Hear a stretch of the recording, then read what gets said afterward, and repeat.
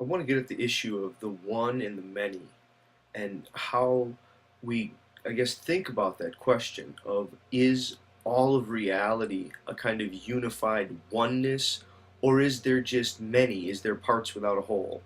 Are relations diseases of the mind and something that we project?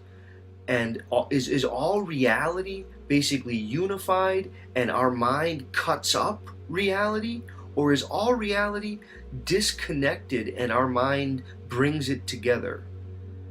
And what if every single person on Earth jumped at the exact same time? Could it cause an earthquake, or would we not even be able to tell?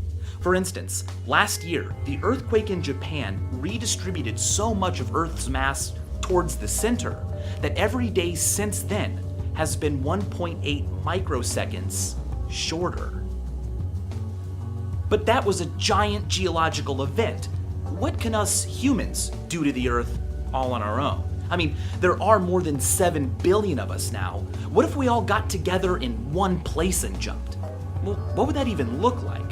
Interestingly, if you took the entire human population of Earth and had them all live in one place with the same density that people live in New York City, you could fit everyone, all of us, into the state of Texas. But that's living, not standing around in a crowd, which is how we would probably want to do the jump. If every single person alive right now on Earth stood shoulder to shoulder, you could fit all of us into the city of Los Angeles. It would be an incredible sight to behold, a mere 500 square miles containing every single person on Earth. Okay, so then we jump. What happens?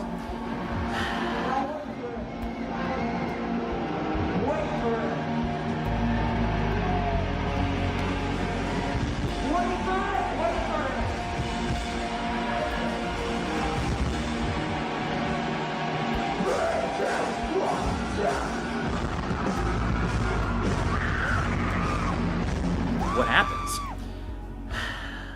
Unfortunately, not much. I mean, we're all awesome people here on Earth, but our collective mass compared to the mass of the entire Earth, it's like nothing. In fact, dot physics calculated that if all of us were to get together in one location and all jump 30 centimeters into the air at the exact same time, we would push Earth away from us a tiny amount. Earth would only move away from us about 1/100th of the width of a single hydrogen atom. And here's another thing. Because we are all jumping and then going back to where we started, Earth is just going to move back to where it started. So our big jump won't be able to change Earth's position in space. That whole way of talking seems to make sense, but you know what it does? It makes it seem as if reality is going to need to conform to what we think about it.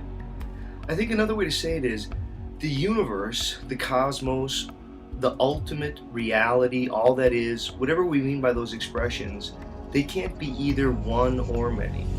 One is a concept, many is a concept. Reality is not reality. Since we've been talking about crowds, let's talk about YouTube crowds, YouTube audiences, that view count that you see at the bottom of every video, and get some perspective on it. We'll begin with Dunbar's number. It's an estimation of the maximum number of people we can have stable social relationships with at a given moment, and it's based on the size of our neocortex. These aren't just acquaintances, these are people you have social contact with, a network where you know how everyone relates to everyone else, and the number is usually given to be somewhere between 100 and 230. Which means that when a YouTube video receives more than 230 views from different people, more people have seen that video than you could ever realistically hope to know well at a given moment. If a video has more than 100,000 views from different people, more people have seen that video than you will ever meet in your life. And by meet, I mean shake hands with, learn their name, talk to them for a bit. I mean, think of it this way. You and me, we are only statistically expected to live around 28,470 days. So even if you were to meet someone 2, 3 people every day of your life, including when you were a baby, you still wouldn't meet as many people as have seen that YouTube video with 100,000 views.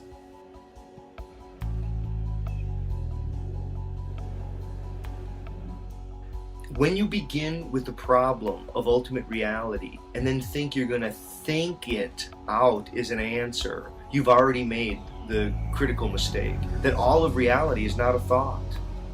But thought thinks that it will think about reality and grasp it in reality's terms rather than just in thought's terms. But that's the problem. Thought can only deal in itself, and it thinks it traffics in other than what it is. The task is to be able to tease your mind out of its very limits, to see the limits of thought, and to see that there is much truth around you that cannot be spoken. I think if that's what people mean by ultimate unity, so you can't even use the word unity, you just want to say it's beyond what words could say.